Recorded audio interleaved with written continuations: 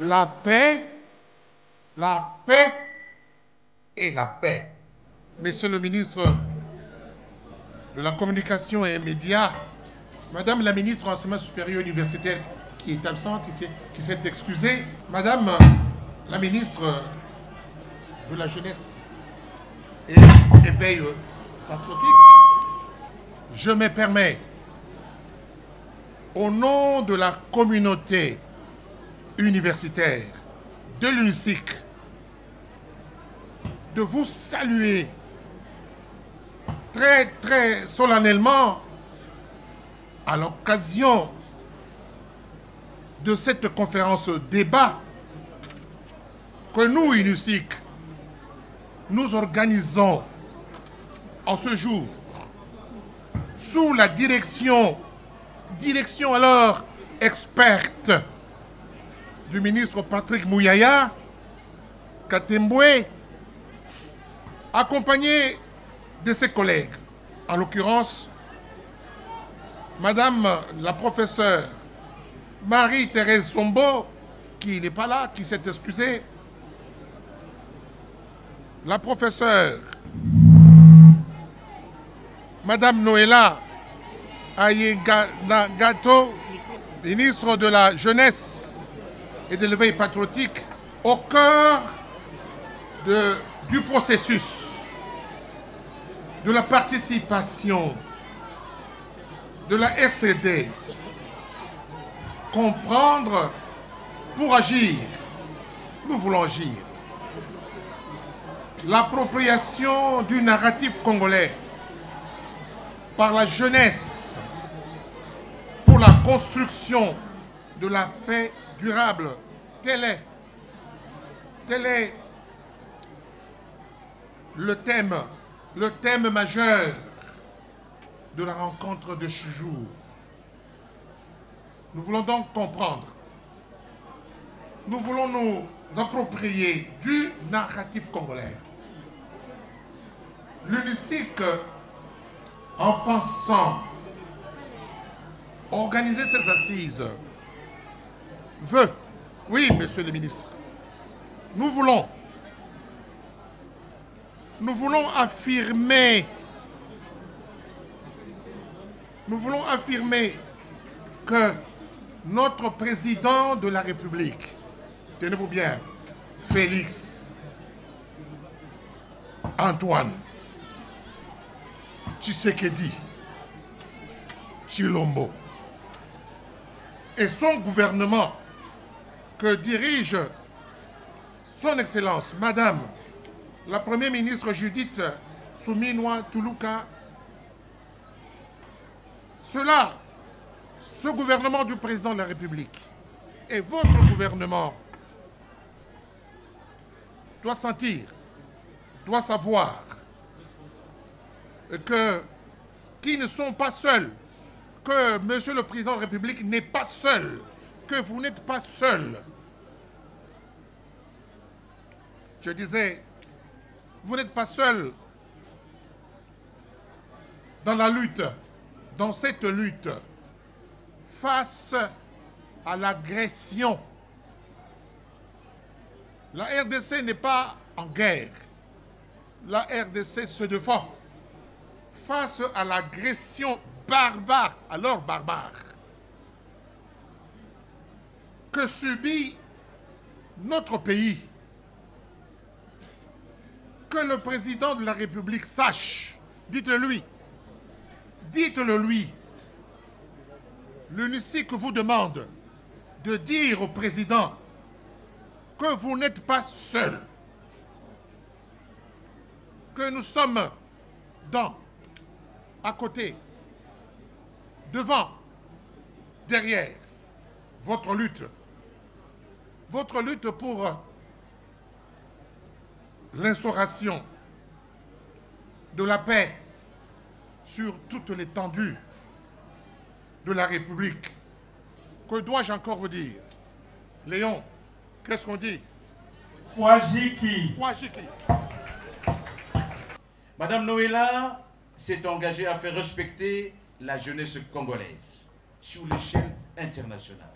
Elle porte un plaidoyer de la participation des jeunes à toutes les instances de prise de décision, en référence à la résolution de 2250, la Charte africaine de la jeunesse et la politique nationale de la jeunesse.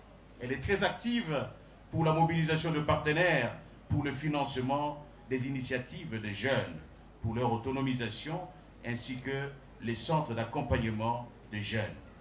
L'engagement donc de Mme Noëlla dans la promotion de la résolution 2250 et sa mise en œuvre effective avec divers partenaires est affiché, comme on dit en français.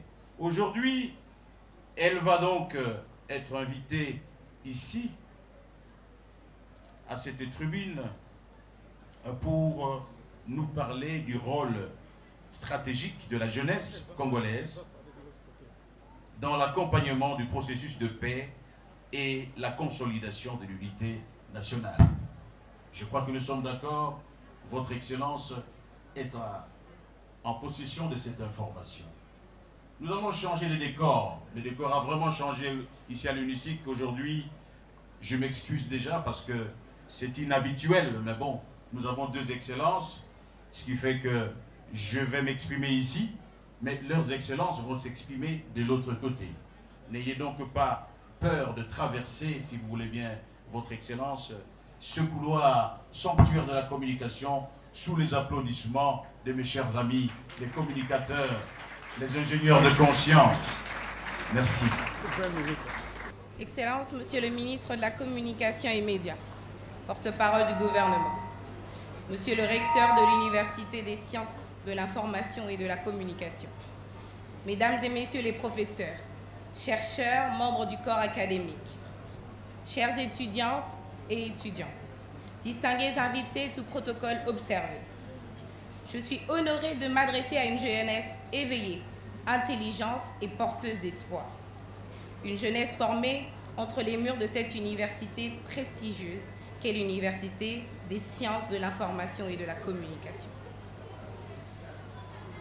Je vais m'entretenir avec cette génération qui peut et qui doit se lever.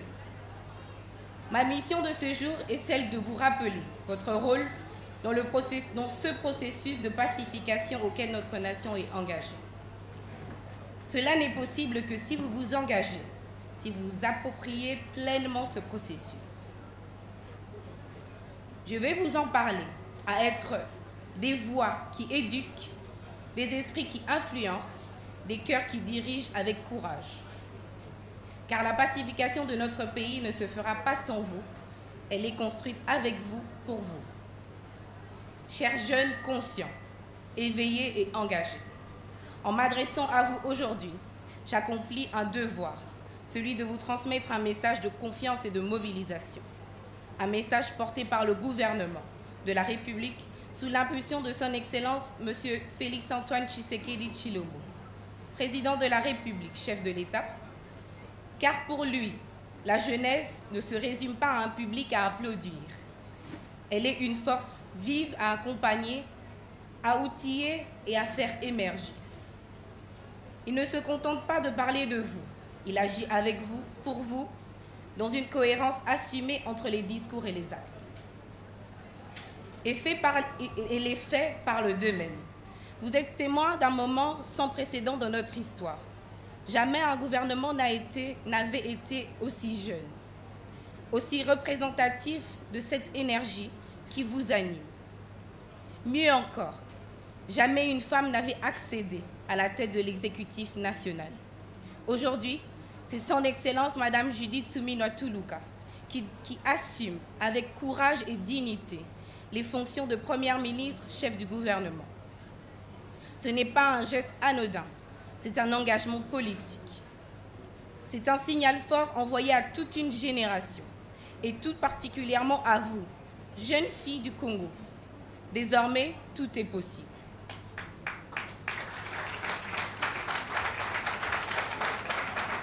Je me tiens devant vous aujourd'hui comme un fruit de cette volonté politique. Ma nomination au ministère de la Jeunesse et Éveil patriotique est l'expression d'un changement profond, celui d'un État qui reconnaît la jeunesse comme une force de transformation, une richesse stratégique une voix qu'il faut écouter, former et responsabiliser.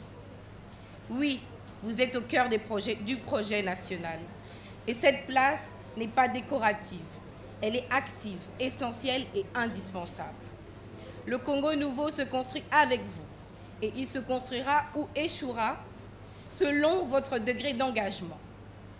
Chers jeunes, le processus de pacification de notre cher et beau pays constitue une étape décisive qui appelle votre pleine adhésion, votre conscience éveillée et votre engagement actif. Dans un moment charnière de notre histoire, oui, le contexte demeure grave. Les blessures encore ouvertes, les douleurs de la guerre, les cicatrices des déplacements et des deuils hantent notre mémoire collective. Mais en cette même heure s'ouvre devant nous une espérance inédite, une fenêtre historique qu'il nous revient ensemble de ne pas laisser se refermer. Pour la première fois depuis des décennies, notre pays se tient aux portes d'une véritable paix. Une paix non proclamée mais construite. Une paix non subie mais assumée. Cette avancée décisive n'est pas le fruit du hasard. Elle est portée par une vision claire et une volonté ferme, celle de son Excellence, Monsieur le Président de la République, chef de l'État, qui a inscrit l'exigence de la paix, de la justice et de la souveraineté nationale au cœur de son combat. Deux jalons majeurs traduisent cette détermination.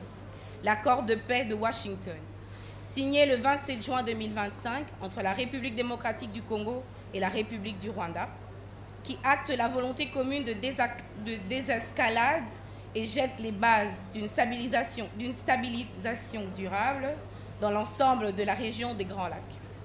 La déclaration de Doha, conclue le 19 juillet 2025 avec le mouvement AFC M23, qui ouvre un cadre structuré de désarmement, de restauration de l'autorité de l'État, de retour à la sécurité, mais aussi et surtout à la réconciliation nationale.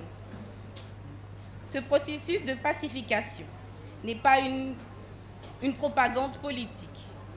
Il porte une charge humaine immense. Il témoigne d'un engagement sincère, celui de mettre fin à l'hémorragie des vies, de refermer des plaies, de rassembler les Congolais autour d'un même idéal de paix, de rendre justice et de reconstruire un État plus digne, plus fort, plus prospère.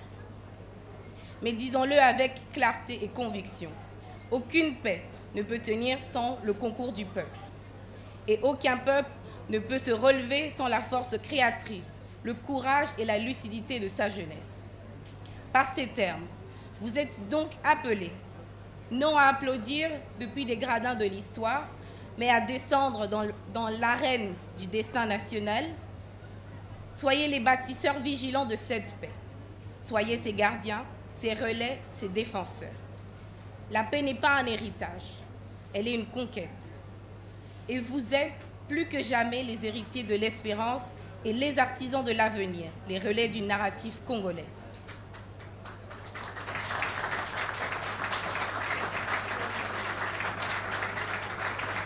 Chers jeunes Congolais, vous êtes au cœur du destin national. Votre rôle est central, stratégique et absolument incontournable.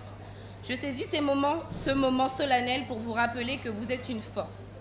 Une force par votre énergie, mais surtout par votre nombre. Vous représentez 70% de la population congolaise. Vous êtes la majorité.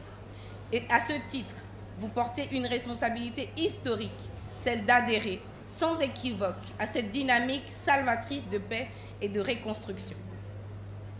À quoi bon de signer un accord de paix si la jeunesse, elle, ne s'en empare pas, si les étudiantes et étudiants que vous êtes, formés dans les temples du savoir, n'en deviennent ni les interprètes ni les relais?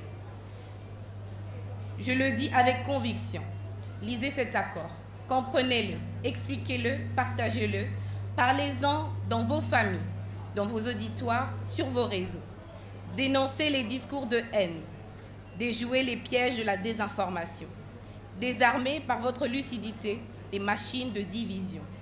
Vous êtes à la fois l'espoir et la conscience active de cette nation. Face à l'ignorance, vous êtes la lumière. Face à la manipulation, vous êtes la raison. Face à la résignation, vous êtes le sursaut. Adoptez une conduite citoyenne exemplaire. Aimez profondément ce pays, car c'est dans l'amour véritable de la patrie que naît l'envie de défendre et de servir dignement. Chères étudiantes, chers étudiants, jeunesse consciente et résolument tournée vers l'avenir. Le vrai travail, lui, ne fait que commencer. Ce n'est pas un discours qu'il faut retenir aujourd'hui, c'est un appel à la responsabilité, à l'engagement, à la transformation. Je ne peux clore mon intervention sans remercier l'Université des sciences de l'information et de la communication, à travers son recteur et tout le corps académique, pour l'honneur qui m'est fait de m'adresser aujourd'hui à cette jeunesse. Merci pour cette opportunité précieuse.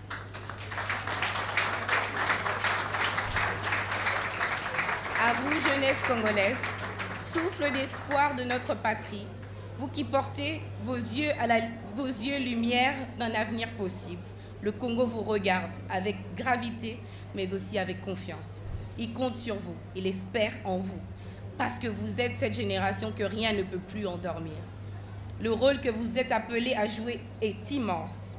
Il ne s'agit pas simplement d'accompagner le processus de paix, mais il s'agit de le comprendre, de se l'approprier et surtout de le faire vivre autour de vous au quotidien. À travers ces mots partagés aujourd'hui, j'ai voulu modestement tracer les contours de ce rôle. Vous montrer qu'il ne s'agit pas que d'un rêve inaccessible, mais d'une responsabilité à votre portée. Une responsabilité noble, nécessaire, profondément congolaise. Vous êtes nombreux, vous êtes la majorité, et il est temps que cette majorité prenne parole, pas pour crier, mais pour éclairer et reconstruire. Vous n'avez peut-être pas choisi la guerre, mais vous avez le pouvoir de choisir la paix, et mieux encore, de le bâtir de ce pays qui vous appartient.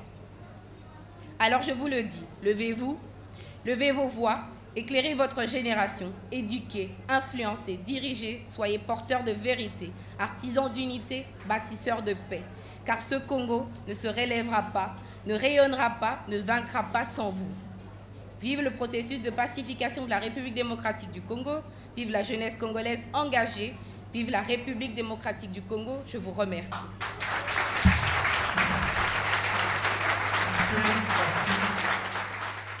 Excellences, Mesdames, Messieurs les ministres, Messieurs les recteurs, estimés collègues membres du comité de gestion, éminents collègues membres du corps académique, distingués membres du corps scientifique, chers membres du PATO, chers étudiants, chères étudiantes, très distingués membres de la presse et de médias.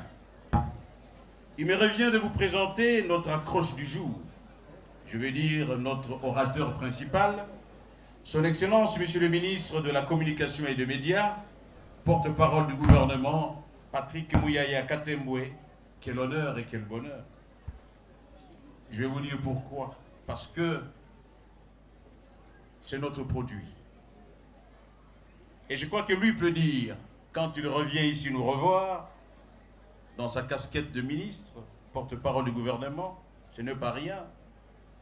Berceau de ma jeunesse, Élie de mon existence. L'UNISIC sera à jamais l'antre de mon âme quand je partirai. Vous n'êtes pas encore parti, vous ne venez que d'arriver. Mais je suis tenté encore de dire, comme un membre du corps enseignant qui vous a formé, I'm so proud of you. Je suis si fier. Je me permets de le tutoyer avec son autorisation, puisque je parle à un ancien de nos auditoires. Je suis si fier, je parle à un fils. Je suis si fier de toi que je suis fier de moi. J'espère que tu le sais. Ce n'est pas moi qui l'ai dit, c'est un certain John Green. Aujourd'hui, tout est accompli pour que votre mère intellectuelle, je vais dire l'Université des sciences de l'information et de la communication, UNISIC en sigle, dise comme cette mère comblée à Patrick Muyaya Katembwe. Être ta mère est une fierté que je porte avec toute la fierté du monde. Qui dira mieux? Il n'y a pas de plus grande fierté pour une institution que de voir l'un de ses fils ou l'une de ses filles porter haut la lumière qu'elle lui a transmise. Et quelle lumière? Celle de l'écran, des écrans, de médias. Vous pourriez me rétorquer qu'on ne présente plus Patrick Mouyaya, c'est quadragénaire, natif de Kinshasa, et qui habite sa belle commune de Bandalungwa, d'où il a été boosté et élu 3 fois de suite. Si je me rappelle bien, en 2011, réélu en 2018, et encore élu en 2023, avec des scores qui n'appellent pas de concurrence, à la circonscription électorale de la Funa. Il y habite encore. Chers amis, peut-on vraiment présenter un homme catholique qui, chaque semaine, fait la synthèse des conseils du gouvernement? Un ancien journaliste vedette de la télévision? Moi, je vais vous dire que vous ne savez toujours pas tout de lui. Il est père de famille, sérieusement marié, comme dirait l'autre. Il est aussi un joueur passionné de golf. Ce sport des décideurs. Patrick Mouyaya a un itinéraire d'un homme jeune, qui crée, un battant, un modèle d'une jeunesse congolaise qui va toujours de l'avant. Oui, il est de parcours qui raconte une réussite. Oui, il y a ceux qui incarnent une mission parmi les jeunes, mais il y en a d'autres qui incarnent un engagement, une élévation au service de la nation. Ceux des jeunes qui prouvent que la formation reçue entre ces murs de l'UNICI qui ne portent pas sa belle robe, la belle robe de son illustre réputation, peut devenir, dans le main d'un esprit engagé comme celui de Patrick Mouyaya Katembwe, un levier de transformation pour tout un pays. Oui, tenez, aujourd'hui, ce n'est pas seulement un ministre de la République que nous accueillons, c'est un ancien de vos rangs, chers amis étudiants, chères amies étudiantes.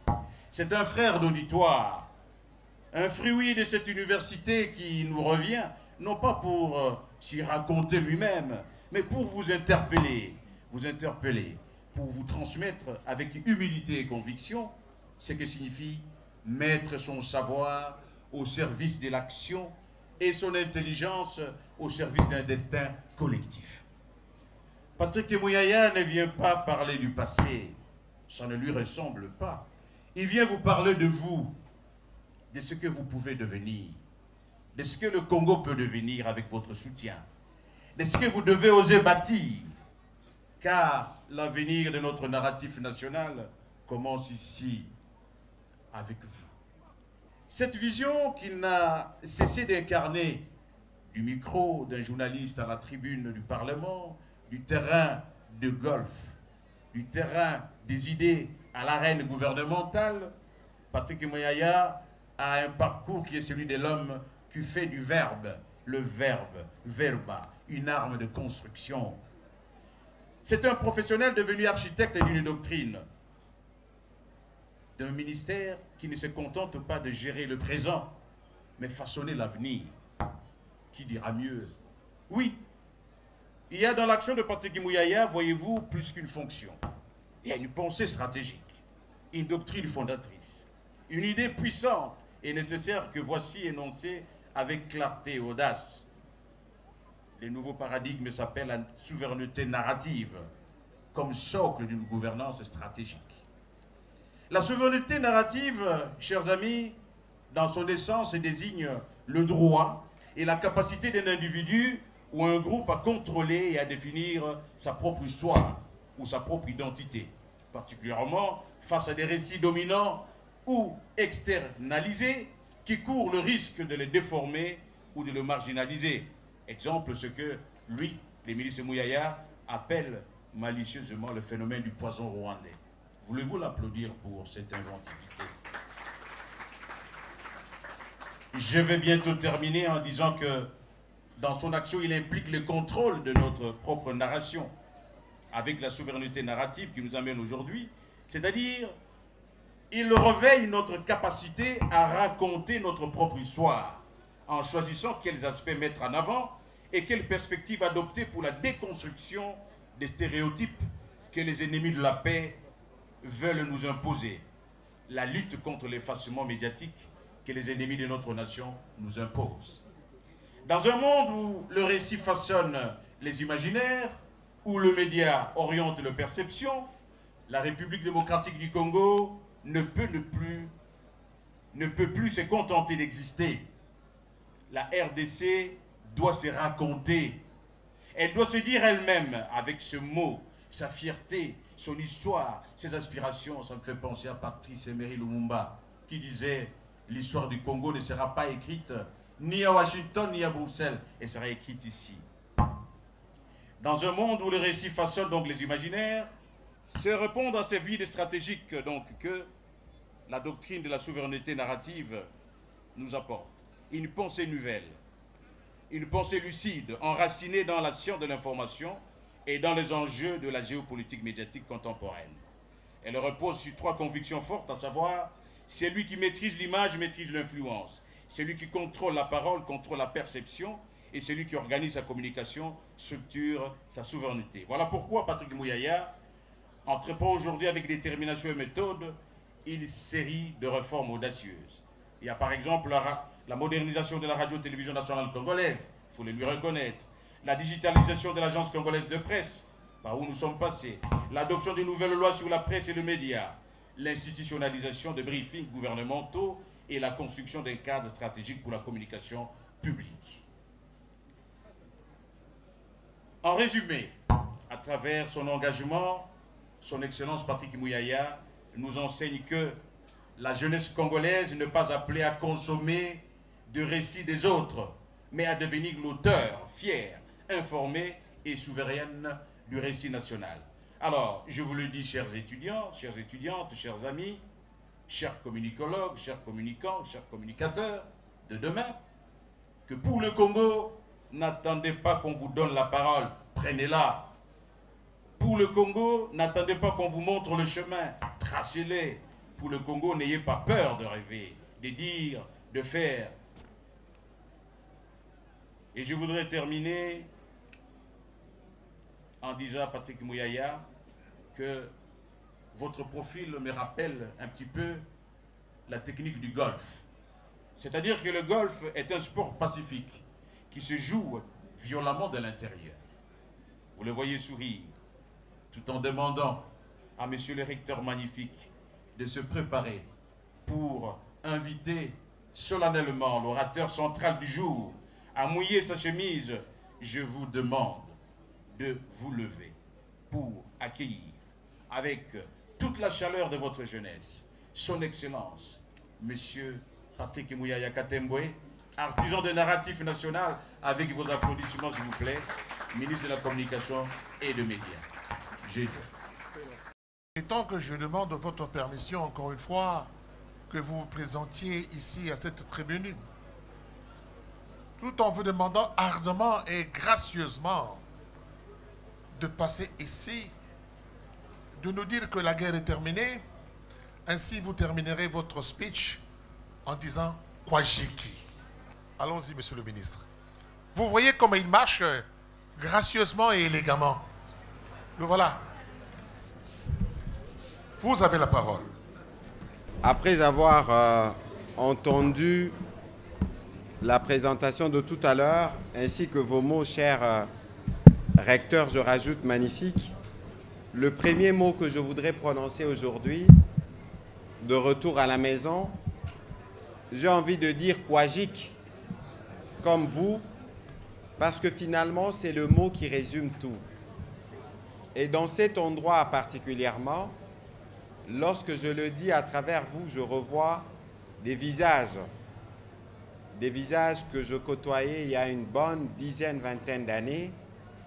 Je ne veux pas les citer parce que je ne citerai pas tout le monde, mais c'est aussi l'occasion de vous dire merci. Merci de ce que vous avez pu mettre en nous. Merci de ce que vous nous avez donné dans les salles qui ont changé depuis quelque temps, sont les matières qui nous permettent aujourd'hui de faire la guerre. Ce sont aussi les matières qui nous permettent aujourd'hui de gagner la paix. Et donc, considérez que dans chacun de mots, dans chacune de nos prises de parole, il y a une part de vous et il y a une part de ce que vous nous avez enseigné. Et comme le prof Jean-Marie Vianney-Longonia disait tout à l'heure, les sanctuaires, c'est Lucie, c'est les sanctuaires qui doivent nous permettre justement d'avoir les berceaux de ce que nous on appelle souveraineté narrative. Alors l'exercice d'aujourd'hui, il est tout particulier.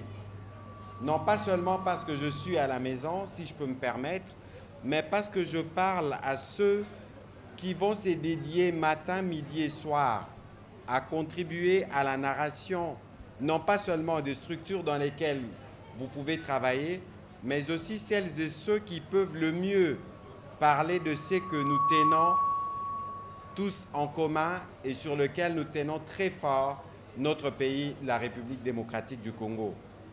Et dans cet exercice, on a voulu associer la collègue de l'enseignement supérieur et de la jeunesse parce qu'il faut vous donner des exemples de ce que nous sommes devenus et de ce que vous pouvez devenir demain. C'est dans les mêmes bancs que nous avons été formés, c'est les mêmes enseignants qui nous ont formés et donc considérez que vous êtes les prochains Patrick Mouyaya ou les prochaines Noëlla.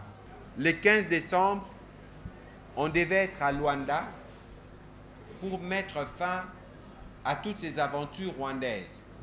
Je rappelle que le processus diplomatique a commencé depuis juillet 2022.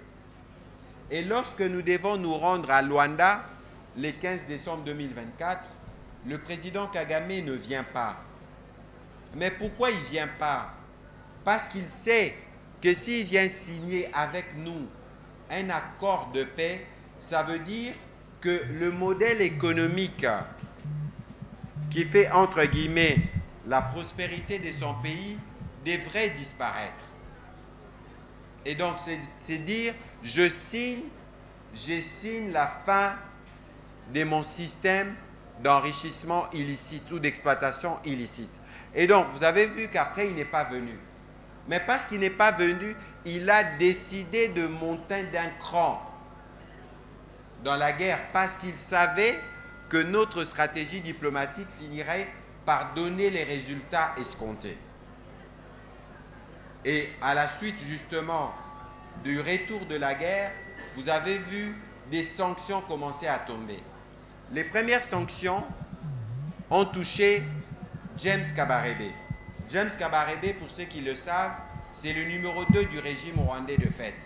Lui, depuis, malheureusement, c'est aussi un fait historique, depuis en 1997 à l'arrivée de l'AFDEL, c'était les chefs d'état-major dans notre pays. Donc, vous voyez déjà comment nous avons été infiltrés. Et vous ne savez pas ce qu'il a pu prendre comme élément d'information sur notre dispositif stratégique. Et donc, c'est lui le cerveau moteur de tous les conflits en RDC, de 1996 à nos jours. Et les Américains ont décidé de le frapper. Malgré son statut de ministre d'État, il a été sanctionné. Ensuite, vous avez vu des sanctions de la Grande-Bretagne. La Grande-Bretagne que l'on présentait comme le premier allié occidental du Rwanda parce qu'il y avait un deal entre immigrés, venir quitter la déportation des immigrés vers le Rwanda, et donc la Grande-Bretagne était hésitante. Mais parce que nous avions une diplomatie forte et parce qu'il y a eu un changement au niveau du gouvernement britannique, les Britanniques ont été parmi les premiers à sanctionner le Rwanda. Et n'oubliez pas que je vous avais dit tout à l'heure que le modèle économique du Rwanda, c'est 40% les activités illicites dans l'Est de la RDC et c'est 40% l'aide internationale. Et donc, lorsque les sanctions ont commencé à tomber, le président rwandais n'avait pas d'autre choix que d'accepter de venir rejoindre la voie de la paix pour qu'on arrive à ce qu'on a comme accord aujourd'hui. Vous avez vu le 18 mars, le président Tshisekedi, autour de l'émir du Qatar, rencontrer les présidents rwandais. C'est cette photo-là de Doha qui a mis une pause sur les sanctions qui devaient arriver au Rwanda. Et c'est après, justement, cette photo à Doha que vous avez vu qu'il y a des discussions qui ont commencé entre leurs complices congolais et les représentants du gouvernement. Alors, depuis le 18 mars, il y a 5 choses qui se sont passées. On a eu la déclaration du 18 mars. Je signale que je parle à des narrateurs. je parle à des historiens du présent, dans un sanctuaire, ça veut dire que vous et nous, nous sommes de ceux qui doivent toujours lire. Parce que l'une des raisons du conflit dans lequel nous sommes, c'est parce que parfois les uns les autres n'ont pas appris le Congo, c'est parce que parfois les uns les autres ne lisent pas et se contentent des commentaires orientés et truqués qui pullulent sur les réseaux sociaux. Je vous ai plus ou moins expliqué la philosophie ou la stratégie du Rwanda dans la compréhension ou dans les déroulés de cette guerre. Il est donc important que vous et nous, nous nous assurions que nous lisons toujours ce qui est écrit. Et donc, depuis Doha, il y a eu le 23 avril un communiqué conjoint qui a été préparé par les supplétifs du Rwanda, donc les M23, et les représentants du gouvernement qui rappelaient la nécessité pour tout le monde de travailler pour aller vers la paix. Parce que le choix d'aller vers la paix que le président rwandais a pris, en réalité, c'est le choix pour lui d'être sûr que son régime survit. Parce que si les sanctions continuent avec la détermination du président Tshisekedi, il serait lui étouffé et ne serait pas en mesure de continuer les modèles de gouvernance qu'il a sur son pays. Et puis vous avez vu à Washington le 25 avril, il y a eu une déclaration de principe. Une déclaration de principe, ça veut dire que nous et les Rwandais, on est assis. On a défini les principes qui ont abouti à la signature de cet accord. Dans cet accord, j'ai entendu beaucoup de gens parler. Ah, on a consacré le bradage. On n'a pas respecté les intérêts de la RDC. Mais je ne sais pas si combien d'entre vous ont vraiment lu cet accord. Si vous lisez cet accord, vous allez voir que toutes nos lignes rouges ont été respectées. La première ligne rouge, c'est le respect de la souveraineté et de l'intégrité territoriale de la RDC. Lisez dans l'accord, vous allez voir. Premier acquis. La deuxième chose que nous avons obtenue dans cet accord, c'est aussi la souveraineté sur nos ressources. Parce que dans cet accord, on dit, ah, on va tout donner aux Américains, on va tout donner au Rwanda. Non, c'est faux. Avec les Américains, nous avons une relation économique. Dans le cadre de nos rapports économiques avec le gouvernement américain, nous sommes dans une phase où nous discutons sur ce qu'on appelle le deal minier. On n'a pas encore conclu. Les mines en RDC, ce n'est pas seulement dans les provinces de l'Est.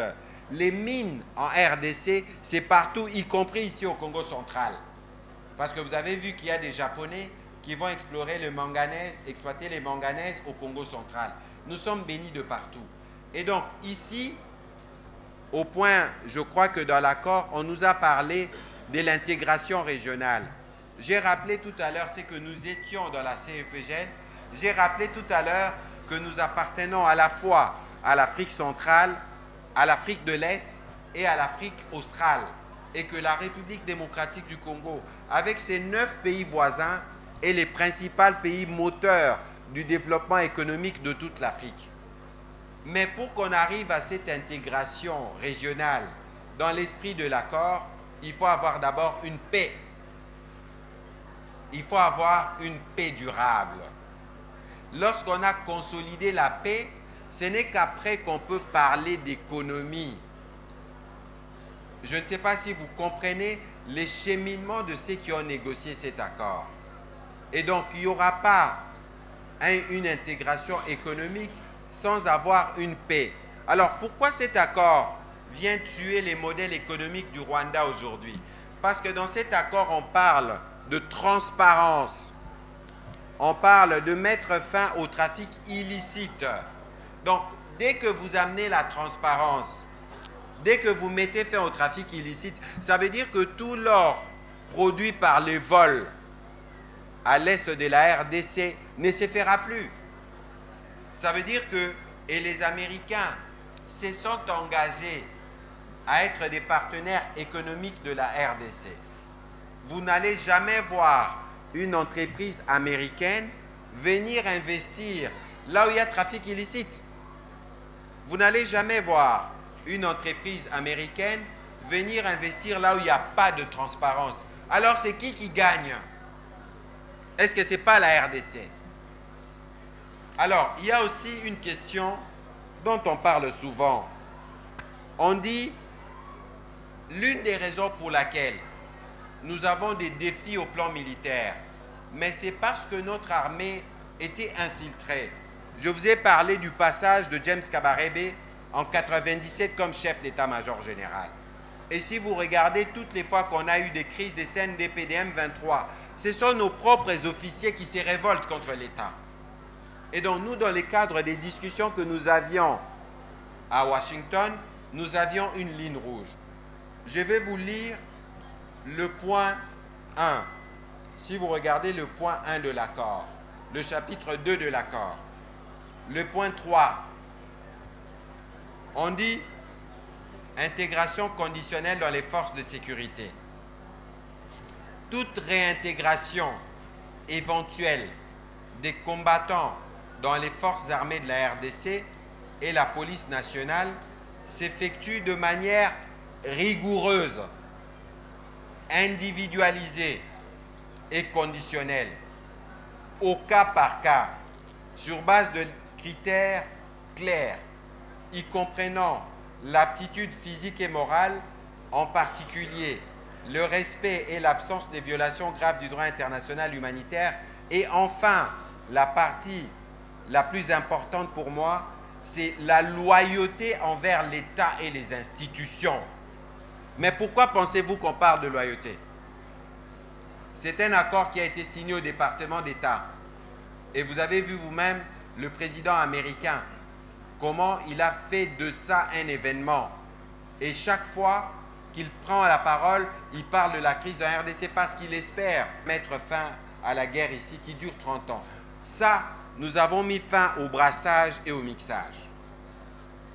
Et aujourd'hui, le 30, au moment où je vous parle, il y a des délégués de la RDC, du Rwanda et des Américains qui se réunissent à Washington pour voir comment les mettre en œuvre.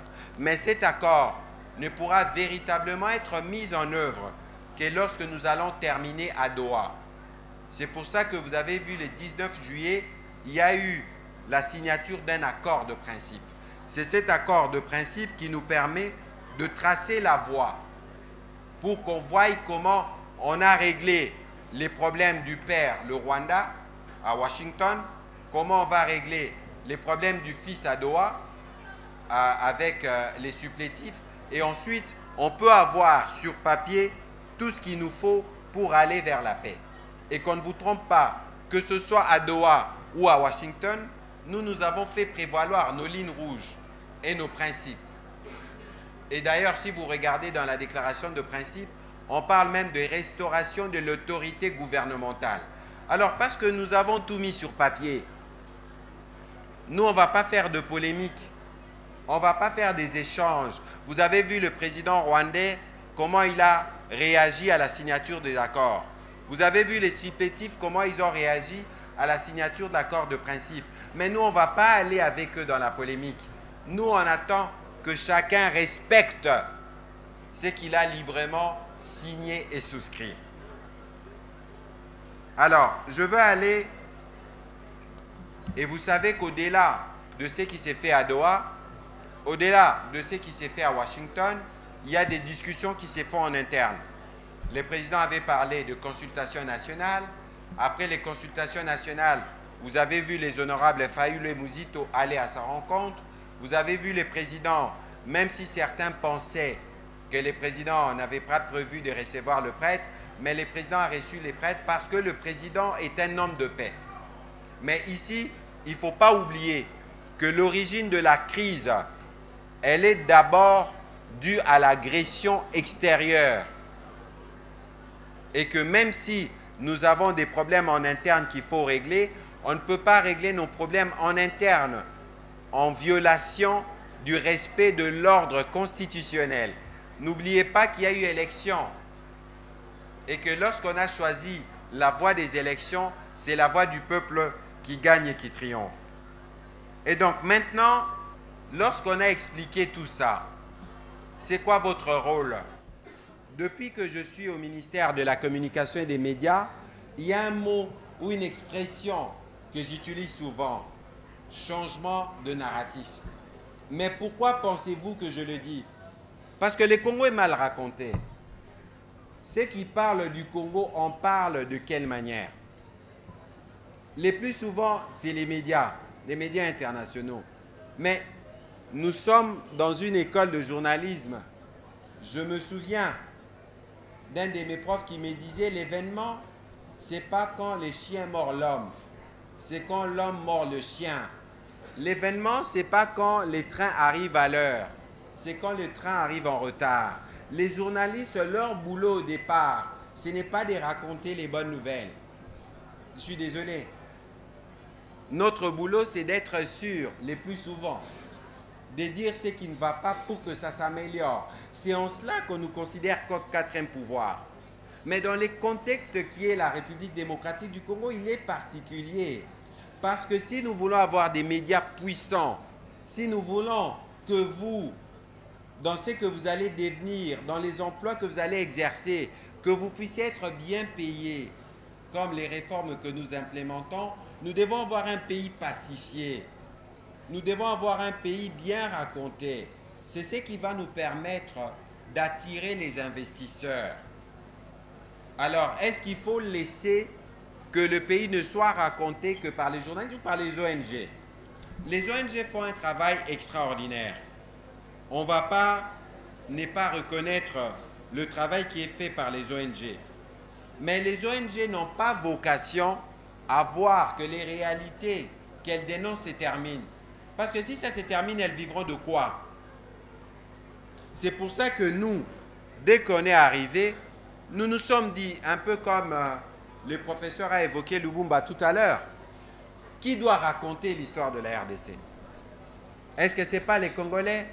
Qui doit nous dénier notre pouvoir de parler de ce que nous sommes? C'est pour ça que c'est important pour vous qui êtes des apprenants en journalisme, pour vous qui êtes les narrateurs du présent, de comprendre que chaque peuple a le droit de se raconter. Et lorsque les peuples se racontent, vous regardez par exemple l'industrie cinématographique américaine. Lorsque vous regardez les films américains, vous n'avez pas l'impression qu'ils ont perdu des hommes au Vietnam. Mais lisez l'histoire de la guerre du Vietnam. Vous allez voir les défaites ou les pertes que les Américains ont subies là-bas. Et donc il y a un besoin pour nous de comprendre et de raconter notre histoire avec notre propre mot, nos propres mots, avec notre recul. Parler de notre Congo central, parler de notre Bukavu. Ce n'est pas les autres qui doivent parler de ça. Mais pour qu'on arrive à bien parler de ça, nous devons combattre l'ignorance. Est-ce que les Congolais connaissent les Congos? Est-ce que si on vous pose la question aujourd'hui, là où vous êtes, est-ce que vous connaissez les Congos? Votre réponse sera laquelle? Sûrement oui. Mais je peux aller plus loin. Le Congo a combien de provinces? Vous allez me dire 26. Je suis d'accord avec vous. Mais si je disais, j'ai besoin de 5 étudiants qui me donnent les noms de chefs-lieux de toutes les 26 provinces, je ne suis pas sûr qu'on trouvera les 5 à la première occasion. C'est pour vous dire que le Congo en lui-même, c'est une thèse. Le Congo en lui-même, c'est un travail de mémoire. Le Congo en lui-même doit être l'objet de nos études au quotidien. Parce que lorsque vous parlez à Kamba Ibwacha, lorsqu'il vous parle du Congo qu'il a connu, ou des merveilles de langue congolaise, vous vous rendez compte que vous êtes ignorant. Alors, vous qui êtes les narrateurs en formation, est-ce que vous vous donnez la tâche de connaître le Congo dans son histoire politique, dans sa géographie, dans son histoire géostratégique, dans son histoire géologique, dans son histoire hydrographique, dans son histoire électrique? Est-ce que vous faites un effort? Je veux vous donner un exemple. Lorsque nous parlons du Congo pays solution, vous pensez qu'on les dit pourquoi? Léopold II, vous avez sûrement appris dans l'histoire que c'est l'un des souverains les plus cruels. ont coupé les bras aux Congolais. À l'époque, il n'y avait pas d'avion. Dans les années 1800, pour les caoutchoucs, parce que le monde venait de connaître la révolution industrielle. On avait besoin des pneus. Et 10 millions de Congolais sont morts parce que le monde avait besoin du caoutchouc pour faire de pneus. C'est venu d'où? Ici chez nous. Autre exemple, narrateur du présent. Le premier citoyen non américain a bénéficié de la plus haute distinction du gouvernement américain, s'appelle Edgar Singier. Il était patron de l'Union minière du Haut-Katanga, ce qu'on appelle Gécamine aujourd'hui. Donc, les Belges qui ont exploité les VA, fait du caoutchouc, ils ont quitté les caoutchoucs pour aller dans les mines. Et c'est eux qui donnent l'uranium qui a construit la première bombe atomique. Et vous savez que c'est la bombe atomique qui a consacré la toute-puissance américaine. Parce que c'est ce qui a permis de mettre fin à la Deuxième Guerre mondiale et à faire capituler le Japon. Est-ce que vous savez que cet uranium venait de chez nous, Chikolombwe, pays solution? Vous voulez encore un autre exemple? Vos téléphones d'aujourd'hui. Vous voulez un autre exemple? L'environnement, les climats, notre forêt. Vous voulez encore un autre exemple? Les tourbières. Je peux vous donner des milliers d'exemples du rôle stratégique que notre pays joue dans le monde d'aujourd'hui. Alors, est-ce que ces pays-là doivent continuer à être racontés par les autres? Non. C'est pour ça qu'il est important que nous tous nous arrivons à comprendre cela. C'est pour ça que lorsque nous avons parlé du poison rwandais, les gens au niveau du Rwanda étaient totalement décimés parce que vous avez compris les mensonges qui nous relayent. J'ai rigolé encore hier ou avant-hier. J'ai vu qu'il y a quelqu'un qui a réagi lorsque je disais à vos amis de l'UNIKIN que si vous avez l'occasion de croiser un compatriote Munyamlenge, faites une photo et partagez-le. On dit voilà, le gouvernement de la RDC distille les discours de haine. J'ai envie de dire que c'est ridicule. Parce qu'il n'y a pas un seul pays, un seul gouvernement qui prône autant la paix que les nôtres. Il n'y a pas un président de la République qui s'est autant investi dans la protection de toutes les communautés congolaises que le président Félix-Antoine Tshisekedi. Et tous les jours, c'est les discours que nous faisons. J'aurais voulu, et il aurait été plus sérieux celui-là, en disant que même s'il peut y avoir des problèmes des communautés, un président étranger ne peut pas se permettre d'utiliser le tiers de son armée pour aller tuer des femmes, pour aller tuer des enfants dans leur propre pays. Et donc vous avez comme ça ces Congolais complices du mal qui n'ont aucune gêne à venir en plus défendre ceux qui tuent leurs propres frères. Je vous ai démontré tout à l'heure qu'on ne peut pas répondre par le meurtre lorsque vous estimez qu'une partie de la communauté est stigmatisée. Encore que chez nous, ce n'est pas le cas. Parce que nous avons le ministre Alexis Guissaro, pas seulement, nous avons des vaillants officiers dans nos forces armées qui meurent sur le bal rwandaise, que ses compatriotes ne dénoncent pas, mais qui est très enclin à être utilisé par la campagne qui symbolise justement tout ce que nous ne voulons pas parce que nous voulons nous construire la paix.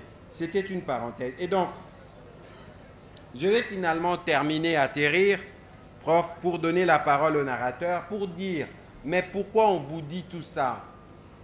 Pourquoi on vous explique tout ça? Parce que vous avez un rôle à jouer. Moi, j'appartiens déjà à, j'ai envie de dire, à une vieille génération. Même si certains vont me dire ici, alors, vous êtes encore jeune. Non, la question n'est pas seulement de l'être. La question pour nous, et c'est en cela que votre rôle est important, c'est qu'est-ce que nous commençons à faire là où nous sommes. Vous êtes étudiant, ne pensez pas que parce que vous êtes étudiant, vous devez attendre demain. Moi, j'étais étudiant ici, mais je travaillais. J'étais étudiant ici, j'étais conseiller à la primature. Et d'ailleurs, je regrette, j'ai formulé la promesse au professeur, au recteur magnifique, que je reviendrai dans ces sanctuaires pour parachever mon cursus universitaire. Comme ça, avec l'expérience que nous avons accumulée, avec ce que nous pourrons avoir comme bagage de nos professeurs qui sont encore ici présents, on pourra maintenant revenir, Dieu voulant, si on le mérite et si nous réussissons, dans l'auditoire pour vous partager ce qu'on aura pu cultiver. Et donc, considérez que dès que moi je termine cette communication, vous avez une responsabilité. Vos téléphones, vos articles doivent servir à porter la cause nationale, doivent servir à porter notre fierté. Notre fierté ne signifie pas soutenir forcément le président de la République. Ce n'est pas cela notre fierté, forcément. Notre fierté, c'est de dire, et vous le faites si bien, c'est de mettre les drapeaux sur le front, c'est de mettre les drapeaux sur le cou et considérer que nous sommes un pays grand et nous construisons notre grandeur. Et ce n'est pas parce qu'aujourd'hui nous avons des difficultés, des problèmes de sécurité qui feront en sorte que demain nous ne soyons pas grands. Je ne vous dis pas. Moi, j'étais initialement étudiant en architecture. J'ai fait préparatoire à l'Institut du bâtiment et des travaux publics avant de venir ici. Le parcours n'a pas du tout été facile, mais c'est parce que j'ai su briser de rêves et en construire d'autres. Et donc ne considérez pas que les problèmes que nous avons aujourd'hui au Congo sont des problèmes qui vont demeurer. Considérez que ces problèmes-là sont des opportunités pour faire de nous des grands chercheurs, de grands professeurs, de grands hommes d'État. Et donc considérez que vous êtes dans les pays qui vont vous donner toutes les opportunités. Moi, je n'ai pas étudié à l'étranger. Je suis un pur produit local et fier de l'être. Mais pour le devenir, et vous avez plus de chance, parce que vous avez en plus Internet. Alors, allez sur Google, documentez-vous, devenez ceux qui vont être les meilleurs Sylvie Elengue de demain, les meilleurs Kambwa Ibwacha de demain et le meilleur Patrick Muyaya, pourquoi pas. Professeur, vous dites Kwajik, donc merci pour votre attention. Y a-t-il des questions? Oui. Merci beaucoup pour la parole. Je suis Gédéon Lusakweno, étudiant en L3 dans la faculté de communication publique et développement, département communication, santé et environnement. Monsieur le ministre Muyaya, j'ai deux questions pour vous. Justement, vous avez tout à l'heure si bien exposé, on a compris l'histoire et les narratifs congolais. Mais monsieur le ministre, pas plus tard que le début de cette semaine, cet accord a même été approuvé au niveau du Parlement rwandais. Mais le ministre rwandais des Affaires étrangères, Olivier Nduhungirehe, a réaffirmé justement dans ses propos que le Rwanda ne retirera pas ses dispositifs de défense le long des frontières avec la République démocratique du Congo, tant que le menace que représente le groupe terroriste FDLR ne sera pas neutralisé de manière définitive. Depuis la signature de cet accord, qu'avez-vous déjà fait en tant que gouvernement pour neutraliser les FDLR, puisque c'est ce dont le Rwanda est toujours en train de décrier jusqu'à maintenant. Et une dernière question, ministre. Vous avez tout à l'heure affirmé ici que vous attendez que chacun des partis respecte l'accord. Et je vois ici dans l'accord, j'ai même essayé de lire l'accord dans le premier chapitre où on parle de l'intégrité territoriale. Oui, vous avez si bien dit que l'intégrité territoriale de la RDC sera respectée. Il y aura aussi l'intégrité territoriale du Rwanda qui doit être respectée. Et le Rwanda met en avant justement la neutralisation des FDLR. Alors, monsieur le ministre, et si le Rwanda, après tous ces fronts menés, diplomatiques, économiques, médiatiques, le Rwanda ne respectait toujours pas ces accords, qu'allez-vous faire en tant que gouvernement? Irons-nous à la guerre ou pas? Et une dernière, ce n'est pas une question, mais la plaidoirie des étudiants. Attention au timing. Le narratif, c'est aussi le changement. Monsieur le ministre, le bâtiment de l'UNICIC a besoin d'un renouveau. C'est vendredi, si vous allez dire au président de la République, comme il a fait à l'UPEN, comme il a fait à l'UNIKIN, ainsi qu'à l'université de Mbujimaï.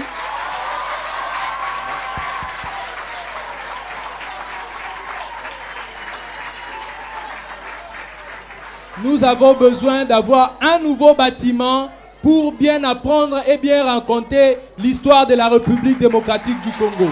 Merci. Merci. Je suis Kiran Toumba Teresa, étudiante en Master 2 journalisme. Quelles sont les stratégies concrètes que vous avez mises en place dans votre ministère pour permettre à la jeunesse congolaise d'accéder à un narratif national véridique et rassembleur capable de renforcer son engagement pour la paix? Merci, je suis Nicolas Mouto, étudiant en 3e licence et ministre des Finances à la coordination estudiantine.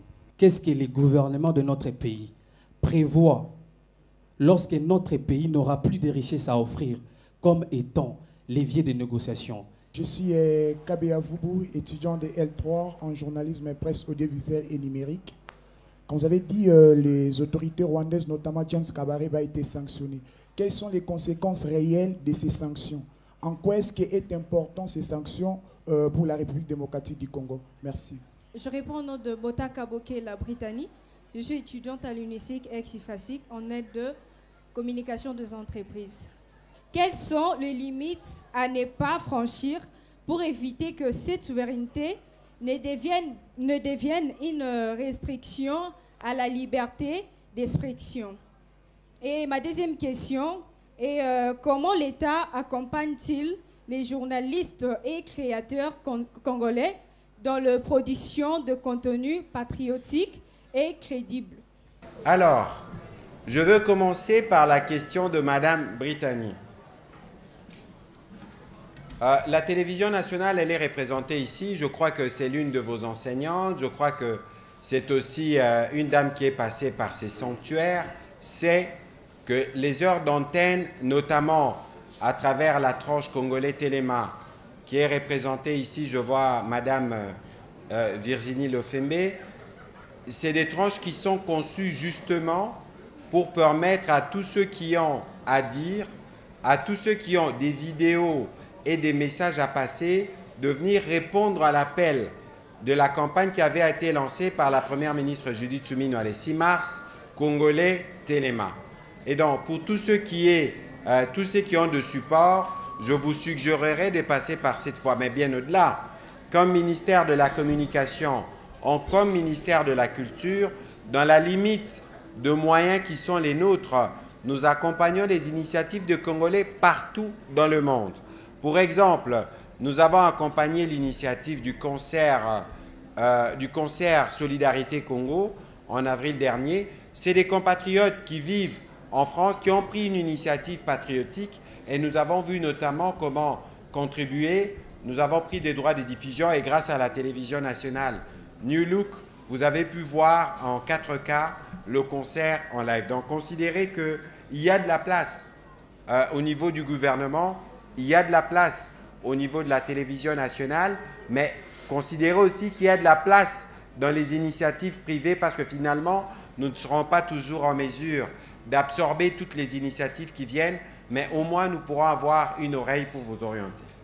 Alors, sur le premier volet de votre question, je ne suis pas sûr de l'avoir bien comprise. Vous parlez de souveraineté, vous parlez de liberté d'expression. Bon, peut-être qu'ici, ça renvoie à la question de l'indépendance de journalistes. Vous avez vu notre ami Gédéon Lusakweno, je ne sais pas s'il est de la famille ou pas, mais bon, c'est aussi dans les sens que des questions sont posées de l'autre côté, a parlé et a cité les ministres des réseaux sociaux, parce que finalement, Gédéon considérait qu'il vous suivra, parce que c'est les premiers téléspectateurs du briefing. À la fin de chaque briefing, il a toujours une réaction.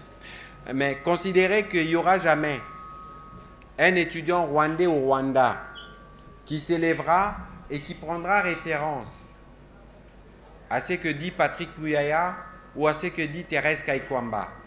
Parce que de l'autre côté, ils n'ont pas le droit à l'opinion, ils n'ont pas le droit à la critique. Tout s'est fait et tout est strictement contrôlé.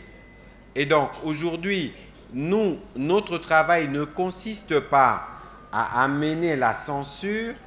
Notre travail consiste à mettre à disposition des professionnels de médias à intervalles journaliers des éléments d'information sur le conflit.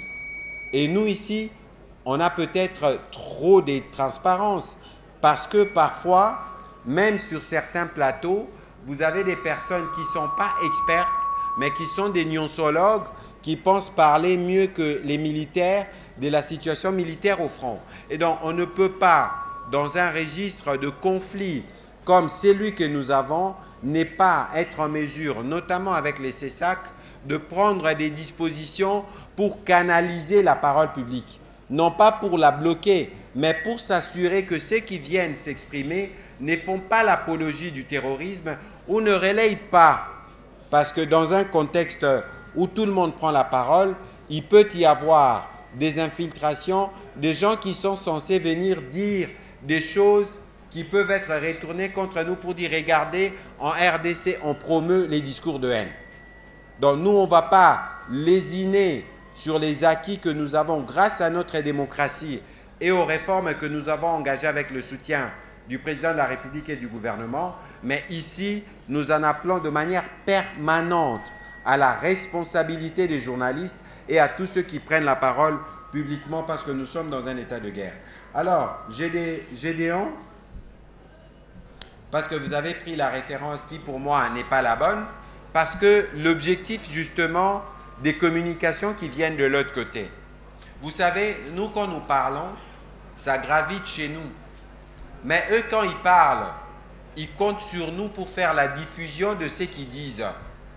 Et il n'y a aucune communication qui ne soit pensée ou faite par les dirigeants rwandais qui ne comptent pas profiter de la pluralité de nos opinions.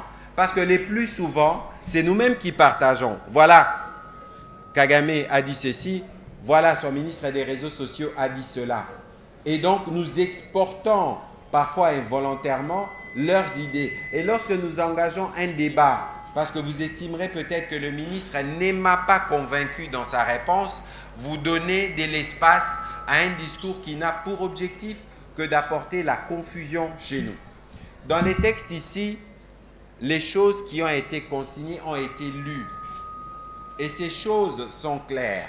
C'est parce que d'ailleurs, on était dans un cadre diplomatique où on a parlé de lever des mesures de défense. Mais en réalité, je parle à des historiens du présent, ce n'est pas lever des mesures de défense, c'est le retrait de l'armée rwandaise. C'est ça, en d'autres termes, c'est que cela veut dire. Mesure de défense est un terme savant. Et cela est prévu notamment dans les cadres du CONOPS ou de la résolution 2773. Et cela doit se faire de manière simultanée. Je vous ai dit tout à l'heure qu'il y avait une réunion aujourd'hui à Washington entre eux, les Rwandais, et nous, pour voir dans quelle mesure, dans les cadres de ce qui est prévu ici, dans les textes, chapitre 3, mécanisme conjoint de sécurité. Il faut le lire, parce que même en annexe, vous allez voir qu'il y a, je pense, le mode opératoire ou le mode de fonctionnement de ces mécanismes conjoints. C'est ces mécanismes conjoints qui combinent pas seulement les politiques, mais il y a une composante militaire qui fait mention à des opérations contre les FDLR. Et si vous lisez dans cet accord, dans les annexes, il est prévu qu'il y ait une phase de sensibilisation, qu'il y ait une phase d'intégration des FDLR dans leur pays qui est le Rwanda. Donc leur vocation n'est pas de rester ici et la vocation n'est pas de tuer. Parce qu'actuellement, nous savons par exemple que dans les groupements des Binza, en territoire des Rutshuru, il y a des massacres sur des paisibles citoyens. On nous a parlé d'à peu près 169 ou 300 morts en l'espace de quelques jours. Il y a un article de Reuters qui en parle. C'est pour vous dire, et derrière ces massacres, vous allez voir que sûrement on a ciblé la communauté Hutu parce qu'on pense que tous les Hutus sont des FDLR. Donc il faut éviter de faire cette confusion. Les FDLR, même s'ils sont Hutus, mais tous les Hutus ne sont pas des FDLR. Et donc c'est une question centrale du conflit. Et dans le CONOPS, il est prévu que cela s'efface simultanément. Donc on ne va pas nous venir, on commence à attaquer, puis à un point, on dit ok maintenant c'est bon et eux sortent. Non, ça doit se faire. Vous avez posé une question, si l'accord n'est pas respecté, qu'allons-nous faire? Il y a la réponse ici. Il y a un mécanisme de supervision. Les mécanismes de supervision comprennent des garants de l'accord. Les Américains et les Qataris. Bon, on présentait à l'époque Kagame comme l'enfant chéri des Américains. Est-ce que vous pensez que lui va oser? Vous avez vu qu'ils se sont organisés pour ratifier les contenus de cet accord parce qu'ils savent que leur avenir économique et politique est lié au respect de ces textes. Mais bien au-delà de ce que les pays qui sont dans la supervision vont faire comme travail, mais nous-mêmes, ce n'est pas parce qu'on parle de diplomatie que notre armée n'est pas en train de travailler. Ce n'est pas parce qu'on parle de diplomatie que notre justice a arrêté de documenter. Ce n'est pas parce qu'on parle de justice que tout ce qu'on a engagé comme process au plan économique se sont arrêtés. Donc nous allons nous assumer comme État parce que ce que nous, on appelle intégrité territoriale, doit être respecté exactement comme nous respectons l'intégrité territoriale de nos voisins. Alors, Madame Thérèse a posé une question intéressante sur la lutte contre la manipulation. Avant d'y arriver, je voudrais demander à la technique de me préparer des derniers slides sur ce que moi j'attends de vous et ça me permettra de donner une réponse plus détaillée à votre question. Alors, la question du ministre des Finances. Superbe portefeuille qui parle évidemment d'économie. D'abord, moi, je ne suis pas spécialiste en géologie, mais je ne pense pas que nos ressources de notre vivant peuvent s'épuiser. Parce que nous avons un pays où on continue encore à découvrir. On me parle de niobium, on me parle de pyrochlore, et si vous regardez dans les tableaux de Mendeleïev, vous avez presque tout parce que quelqu'un a semblé même me dire qu'au Congo central, il y avait des terres rares. Ou quelqu'un me dit qu'il y a des puits de fusion dans la terre. Et je ne suis pas sûr. Et dans ce qui s'est fait, il faut faire attention et ne pas tomber dans les pièges. Parce que lorsque nous sommes les États, nous disposons ou nous utilisons des leviers à notre disposition. Ici, les leviers qu'on peut considérer qu'on a utilisés, je disais tout à l'heure, il ne faut pas confondre les deals que nous préparons avec les Américains qui va porter sur l'arrivée ou des investissements américains dans toute la République démocratique du Congo et pas que dans cette région, n'est pas à confondre avec ce qu'on a prévu dans le cadre de l'intégration économique régionale. Parce que la raison de la guerre, c'est laquelle? Ce n'est pas les discours de haine, ce n'est pas la présence des réfugiés congolais au Rwanda, ce n'est pas la présence des FDLR. Les vraies raisons de la guerre, c'est l'économie. C'est pour ça que le président américain a commencé par envoyer les docteurs Boulos pour faire un déminage. Et aujourd'hui, ne pensez pas. Et c'est en cela que l'histoire est importante. Je parlais de CEPGL ici. Mais si vous regardez le massif du Virunga, il y a une partie du massif du Virunga qui traverse vers le Rwanda. En 2016, la RDC était 18e destination touristique mondiale. Mais 80% des visiteurs sont venus par le Rwanda. Aujourd'hui, nos gorilles sont vus par le Rwanda parce qu'ils se sont assurés que l'épicentre de la guerre soit le parc de Virunga. C'est peut-être une dimension qu'on ne vous dit pas dans ces conflits. Et donc, quand nos gorilles vont de leur côté, eux, ils en profitent. Alors, dans le cadre justement, parce que la vocation pour nous, à travers tous ces processus, c'est de parvenir à la paix. Lorsqu'il y aura une paix définitive et durable, la prochaine étape sera les développements et les échanges économiques. N'oubliez pas que la frontière RDC-Rwanda est l'une des frontières les plus fréquentées au monde. N'oubliez pas qu'il y a des Congolais qui travaillent au Rwanda et qui dorment au Congo et vice-versa. C'est des innocentes populations.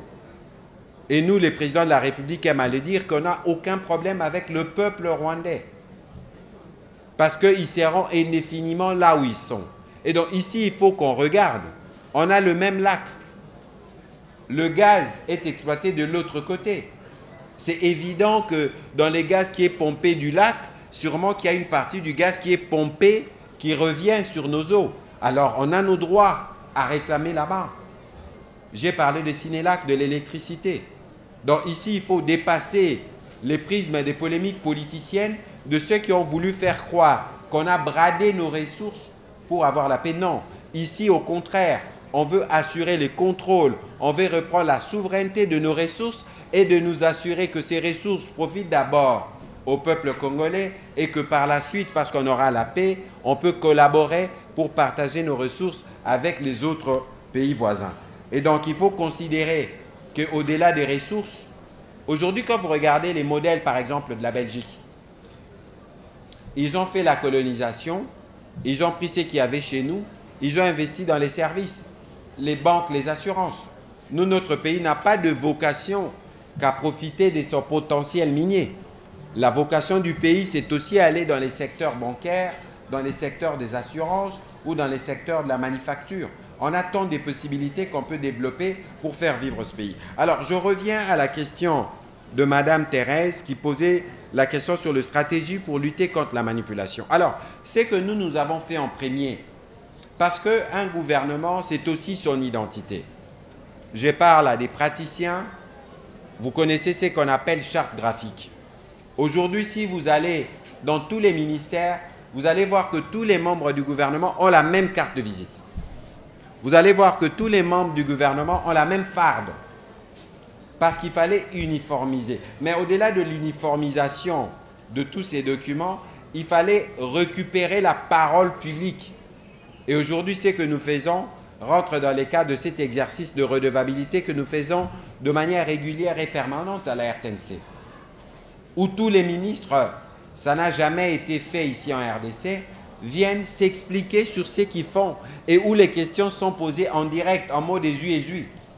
C'est-à-dire que c'est comme vous me posez des questions.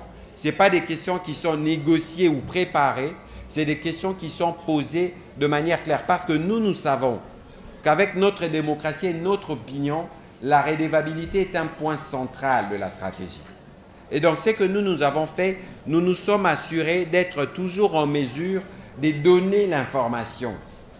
Et ce n'est pas seulement nous au niveau du gouvernement, c'est aussi l'armée, c'est aussi la police. Regardez, nous avons condamné l'odieux massacre sur de chrétiens à Komanda le dimanche dernier, mais j'ai communiqué après que l'armée n'eut communiqué. Ça se passe dans une zone opérationnelle et donc c'est dans cette zone opérationnelle que la communication doit démarrer avant qu'elle ne se termine à Kinshasa. Parce que c'est aussi cela, les dispositifs que nous avons mis en place pour nous assurer que de manière régulière et quotidienne, nous arrivons à donner la bonne information. Alors, moi, ministre de la Communication, je ne suis jamais dicté par les buzz, ni la précipitation de Mme Rachel Kitita, parce qu'elle veut avoir les éléments d'information tout de suite. Mais moi, je ne suis pas tenu, parce que je dois être sûr que lorsque je donne mon information, que mon information n'efface pas l'objet d'une quelconque dénonciation remise en question, dans un contexte où nous avons une opinion qui a la parole libérée, dans un contexte où n'importe qui peut mettre en doute ce que dit le gouvernement. Et donc, ne nous reprochez pas parfois de prendre le temps qu'il faut pour prendre les précautions, parce que lorsque nous communiquons, cela a forcément un impact sur le quotidien des populations. Voilà, je pense avoir ramassé toutes les questions. Il y a la question de notre ami Chouan KBA de L3 qui parlait des conséquences réelles des sanctions. Les sanctions sont prises dans un panel de décisions diplomatiques. On s'est dit, le Rwanda, on a commencé à l'avertir. Mais la stratégie permanente, c'est les reniements. Vous avez vos troupes en RDC. Non. Mais tous les rapports les démontrent. Et les derniers rapports du groupe d'experts a été plus explicite sur la manière, en fait, les M23, c'est comme une petite brigade de l'armée rwandaise dans les opérations en RDC. C'est ce que dit le rapport. Le rapport, il ressort que le commandement, les renseignements, les munitions sont venus de là. Et donc, lorsque les pays occidentaux, parce qu'il y a des principes, des chartes qui régissent les organisations internationales, ce n'est pas pour rien que tout texte commence par des préambules. Lorsque vous regardez les textes à partir desquels s'est fondée la rédaction de ces statuts, de l'accord de principe ou de cet accord, vous allez voir qu'il y a la Constitution. Et donc, si vous regardez ces textes, il faut lire tous les textes qui sont utilisés en référence. Parce que ces textes ne doivent pas être lus de manière isolée. C'est des textes qui sont la conséquence de plusieurs processus. Et donc, avec cet appareillage, vous allez comprendre. Peut-être qu'alors, le prof Mikaï devrait encore consacrer un petit chapitre sur les sanctions. Moi, j'ai fait politique extérieure. Comme ça, vous pouvez mieux comprendre comment fonctionne cette mécanique. Voilà, monsieur le modérateur. Mes collègues ont aussi droit à la parole. Monsieur le secrétaire général académique, Excellence, c'est toujours une fierté de vous voir revenir de temps en temps ici, dans notre alma mater. Voici ma préoccupation. Excellence, vous avez montré que sur le plan communicationnel, le Rwanda pratique toujours les dénis. Vous l'avez dit au cours de votre exposé. Vous savez, Excellence, qu'en communication, les dénis est le refus systématique d'accepter la réalité, de regarder et de voir la vraie vérité en face. Les dénis est donc un comportement de peur. Mais en acceptant de signer l'accord de paix de Washington, le Rwanda n'a plus aujourd'hui les dénis. Il accepte ouvertement d'être en situation de guerre effective avec la République démocratique du Congo. Alors, nous les hommes et femmes de communication, nous savons qu'on ne peut effacer un déni qu'en créant un sentiment de sympathie, de cordialité entre deux partenaires. Alors, comment créer maintenant ces sentiments de sympathie et de cordialité alors que le gouvernement du Rwanda refuse systématiquement que sa population soit en contact avec les médias congolais? C'était ça ma préoccupation, Excellence. Merci. Excellence, je vous remercie pour l'activité que vous menez ces derniers jours. Je vous suis de loin à travers les médias. Vous passez aux universités, vous rencontrez les jeunes. Je vous remercie parce que cette tournée, ce n'est pas superficiel. Vous avez dit à vos jeunes frères et sœurs ici que vous êtes passés par les journalistes politiques extérieurs. Et vous le savez, les Américains, au cours de la fameuse Deuxième Guerre mondiale, quand nous disons Deuxième Guerre mondiale 40-45, les Américains ne sont entrés en guerre qu'en 42, alors qu'ils suivaient bien depuis 1939 les préparatifs de l'Allemagne. Nous le savons, en communication, les plus grands communicologues sont venus de l'Allemagne, de l'Autriche, et tout ça, à partir de 1939. Les Américains ont préparé leur opinion avant d'entrer en guerre. Et la fameuse attaque du 7 décembre de Pearl Harbor, ce n'était qu'un prétexte. Je le dis, pour que, quand vous passez devant les étudiants, les jeunes, vous puissiez aussi préparer nos jeunes à nous préparer à ce qui va venir après la guerre. Votre sujet ici, c'est la pacification. Moi, je veux que vous puissiez aller plus loin que la pacification. Nous devons aller vers la capitalisation. Vous avez distribué ce texte, cet accord. Ce qui m'intéresse le plus ici, j'ai déjà lu, mais je insiste, c'est le chapitre 6, intégration économique. Ce n'est pas la première fois que nous soyons ensemble sur le plan économique avec les Rwandais. À l'époque coloniale, le professeur Kambaïla, il peut le répéter, nous étions ensemble. Les Rwandais sont venus travailler à la GECAMIN chez nous. Nous ne sommes pas ensemble depuis, nous sommes ensemble depuis toujours. Et puis il y a eu la CPGL. Mais à la CPGL, la vocation, c'était une sorte de trilatéralisme où nous étions tous égaux. Il n'y avait pas de supérieur. Or, quand nous passons de la pacification vers la capitalisation, cela veut dire qu'en étant à côté des Rwandais, c'est comme sur un marché boursier, nous allons chacun démontrer ce qu'il possède comme capital, comme richesse. Et les humoristes dans ce monde économique disent que le capital, c'est avec le C en majuscule. en étant à côté des Rwandais, dans ce fameux cadre du chapitre 6, nous avons toutes les occasions de montrer que c'est nous qui avons les ressources, c'est nous qui sommes supérieurs, et ainsi de suite. Eh bien, monsieur le ministre, je ne sais pas comment exprimer toute ma joie après vous avoir suivi. J'ai noté qu'on n'a pas perdu du temps parce que vous maîtrisez l'histoire de ce pays. Je me souviens vous avoir donné le secours en 2e graduat. Et qu'aujourd'hui, le narratif que vous avez inventé permet à notre pays, comme l'a dit le recteur, mon recteur, parce que moi j'étais son académique, le professeur Ekambo, il faut qu'on revienne à la place que nous avons perdue dans le contexte de la géopolitique et de la géostratégie. Nous étions la RDC, le Zaïre, le leader, les grands lacs. Mais c'était nous qui décidions, qui réglions même les conflits.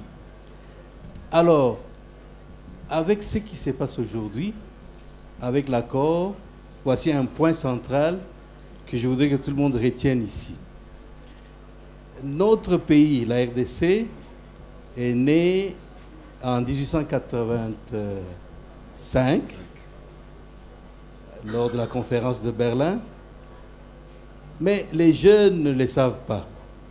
Ce sont les Américains, avec l'ambassadeur Stanford, qui ont permis à Léopold II de devenir le propriétaire de ce pays. Aujourd'hui, je suis très heureux de constater que ce sont les Américains qui se mettent debout pour mettre fin à cette guerre. Ils sont dans une logique. Quelle est cette logique? Voici un pays qu'on a mis en place, qui a fonctionné malgré les turpitudes de la vie, mais qu'on voudrait faire disparaître par des agressions répétées. Alors les Américains ont voulu y mettre fin. Et rassurez-vous, j'ai entendu des questions ici, que si le Rwanda ne respectait pas, non, je vous l'ai dit, le Rwanda va se plier. Il n'a pas de choix.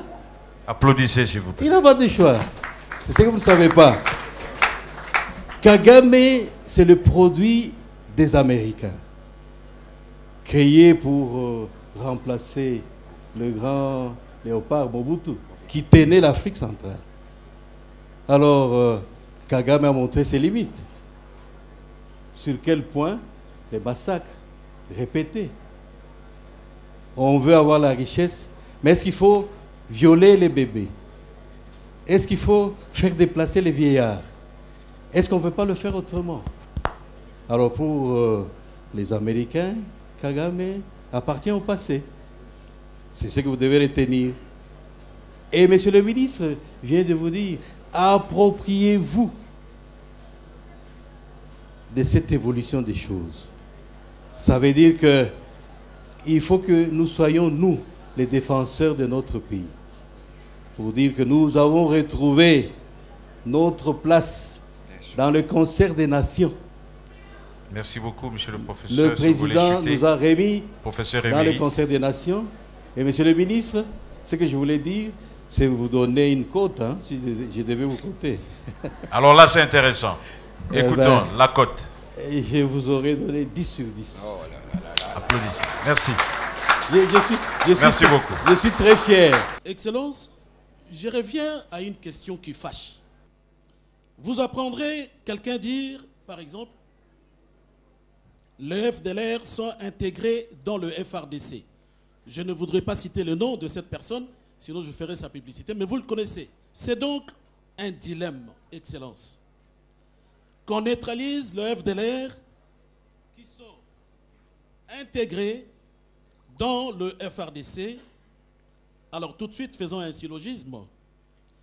Neutraliser le FDLR voudrait dire neutraliser les FRDC. Comment sortir de ce piège? Encore une fois, Rwandais. Sinon, cet accord de Washington resterait une lettre morte. Ce qui n'est pas notre souhait. Voilà, c'est ça la question. Merci. Qu'on ne vous trompe pas. Si on vous dit que nous dormons à Kinshasa pendant que vous souffrez, on vous trompe.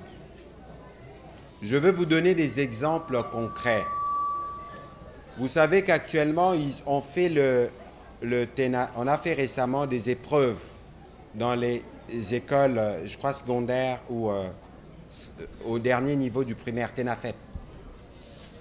Mais on a pris en charge tous les frais de tous les élèves, dans le nord, dans le sud et même en Ituri. Parce qu'il y a malheureusement une tendance, et en cela que l'intervention du modérateur est cruciale, parce qu'on ne peut pas penser par les nations et combiner cette nation avec la notion des ethnies. Là, c'est tomber dans les pièges de ceux qui nous combattent. On en parle parce qu'eux, ils en parlent beaucoup dans l'esprit de ce que disait Max César. On doit être en mesure d'entendre ce qu'ils disent pour tordre, justement, ce qu'ils racontent. Un peu comme ce que disait cet ancien sénateur que je ne citerai pas. Le président Kabila était ici. Il n'avait jamais eu le courage que le président Tshisekedi a eu de dire que les Banyamulenge sont de Congolais depuis septembre 2019 et qu'on vienne faire un mélange. Moi, ma mère, elle est ronde du Lualaba. D'abord, il n'existe pas des tribus Swahili au Congo. Les Swahili, c'est une langue qui est parlée par plusieurs communautés. Je parle devant un historien spécialiste des langues à ma gauche, les recteurs magnifiques. Donc, cette tendance déjà à vouloir choisir certains de nos compatriotes et les labelliser, c'est vraiment la volonté de l'ennemi. Au Rwanda, on ne parle pas de Hutus et des Tutsis. Vérifiez. On sait que les Hutus sont majoritaires. Mais dans les vocables malins du régime rwandais, on parle des rwandophones.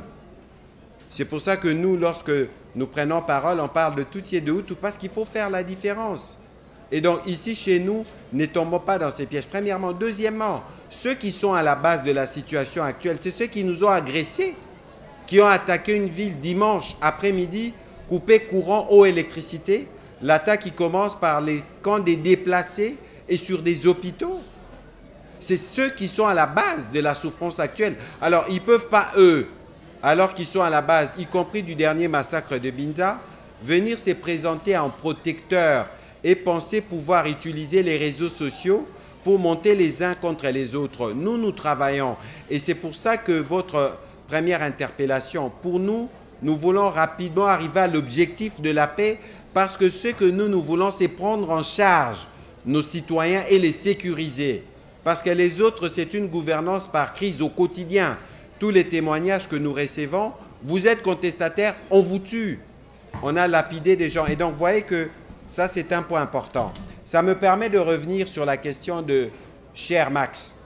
Écoutez, on a des choses qui sont écrites noir sur blanc, qui sont reproduites, qui étaient dans l'accord qu'on n'a pas signé à Luanda. Le CONOPS, il vient de Luanda. La résolution 2773. Et donc, ce qu'il y a ici, c'est le plan. Après, les uns les autres peuvent venir avec des prétentions, toujours dans l'objectif de s'aimer la confusion. On a des engagements. On a des mécanismes, on a des garants.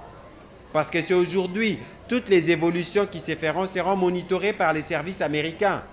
J'ai fait mienne ce qu'a dit le professeur Mbikaï tout à l'heure. En réalité, le président Kagame n'a jamais été autant au bout du rouleau. Il peut parler, mais il y a des textes écrits, il y a des garants, il y a des sanctions. Et donc, s'il veut libérer son économie, il est bien obligé de faire la paix. C'est pour ça qu'il ratifie. Et donc, ici, l'essentiel, alors, Prof. Kambo, la démarche que nous faisons, c'est une démarche qui vise justement à préparer les uns les autres à la paix.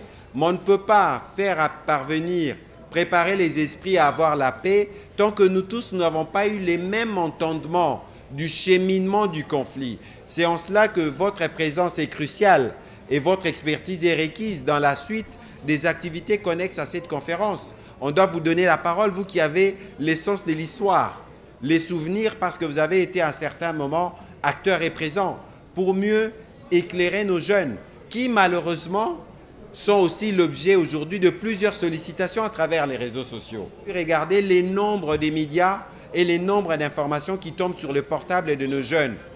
Et donc il est important de faire ces rappels historiques du côté pacifique et de la volonté qui a toujours animé les dirigeants de ce pays. Ça fait partie d'ailleurs de notre doctrine, c'est d'avoir des relations pacifiques avec tout le monde. Et donc préparer la paix signifie aussi nous préparer à cohabiter avec les uns les autres. Et cette cohabitation, nous l'avons toujours eue. Et à madame, vous étiez notre assistante, cher professeur. À l'époque, il y a quand même une bonne quinzaine d'années, mais vous dites des choses pertinentes. C'est que l'accord, c'est la première preuve qu'il ne devrait plus y avoir du déni du côté du Rwanda. Surtout que cet accord a été ratifié, donc il rentre dans le cadre des instruments juridiques. Ils reconnaissent donc la plénitude, donc ils consacrent la reconnaissance du conflit. Premièrement, pour y arriver, c'est un parcours. Mais deuxièmement, aujourd'hui, nous devons préserver nos acquis. Et qu'on ne vous trompe pas, la puissance des messages qui partent de Kinshasa font plier le Rwanda. Les peuples rwandais, quelles que soient les fermetures, les contrôles sur les réseaux sociaux, écoutent ce que nous disons. Mais beaucoup n'ont peut-être pas le courage de s'élever et de s'exprimer. C'est en cela que nous autres, par exemple, nous faisons partie des cibles du côté du Rwanda. Nous ne faisons pas la guerre avec des armes. Nous le faisons avec des mots parce que nous pensons que les mots ont des vertus. Et je pense que dans cet ordre-là, cet exercice d'aujourd'hui s'inscrivait dans le cadre de ces rendez-vous avec ceux qui écrivent, ceux qui apprennent les techniques de l'écriture et ceux qui apprennent comment parler aux autres, pour qu'ils soient en mesure de préparer les uns les autres à la paix en connaissance des causes et en connaissance de l'évolution diplomatique. Voilà. Merci d'être venu nous parler, non pas comme un ministre lointain, mais en frère d'armes, en aîné aiguisant, venu pour nous équiper pour les combats nobles de la vérité, de la paix et de la souveraineté. Narratif. Soyez assurés, Excellence, que vous ne partirez pas les mains vides. Vous nous laissez mieux que de discours. Vous nous avez armés de convictions et nous vous promettons de ne pas trahir cette sémence. Nous vous assurons que vous avez ravivé en nous le feu sacré de la patrie et que nous marcherons désormais à vos côtés en défenseurs intraitables de la souveraineté narrative de la République démocratique du Congo. Nous sommes fiers de vous, fiers de voir en vous l'incarnation du mérite, du travail et de la détermination. Et avec humilité, mais sans trembler, nous vous faisons cette promesse. Nous ferons tout pour devenir comme vous. Pourquoi pas dire vous dépasser?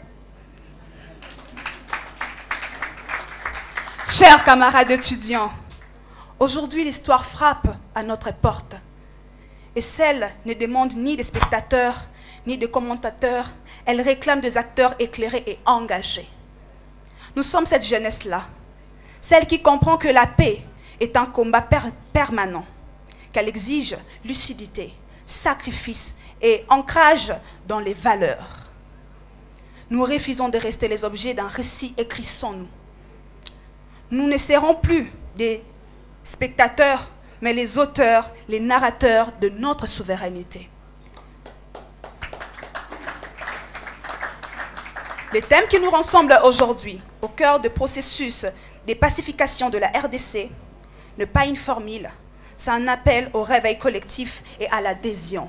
Chers camarades, nous sommes la force vive d'aujourd'hui et l'espérance de demain. Ne l'oublions jamais. À nos autorités académiques, à notre recteur magnifique, à tous nos enseignants, merci pour le cadre, l'encadrement et l'inspiration. Et parce que les mots doivent porter plus qu'une voix, ils doivent porter un destin. Au nom de tous les étudiants de l'UNISIC, Je lève la nôtre comme un cri d'espoir et de détermination. Que vive notre président Félix-Antoine Tshisekedi Tshilombo dans sa quête pour la pacification de notre maison mère. Que vive la jeunesse congolaise, non pas endormie, mais éveillée, debout, audacieuse, prête à bâtir et à défendre. Que vive l'UNICIC, notre creusette de savoir, notre forge d'idées, notre arme de lumière face aux ténèbres. Et que vive enfin la paix. Non pas une paix de silence, mais une paix conquise, construite et jalousement défendue par un peuple debout, par une jeunesse debout et par un Congo debout. Je dis et je vous remercie. Moi, je suis vieux.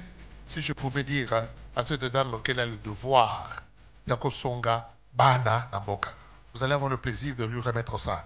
Pesa Oyo, les Maman Africa. C'est comme Maman Africa, à Sungabana, enseignement supérieur universitaire. Madame Menenge, voulez-vous mettre debout? Tenez sa main, vous allez remettre ça à monsieur le ministre.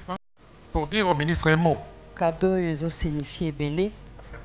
Et ça dit que l'histoire continue.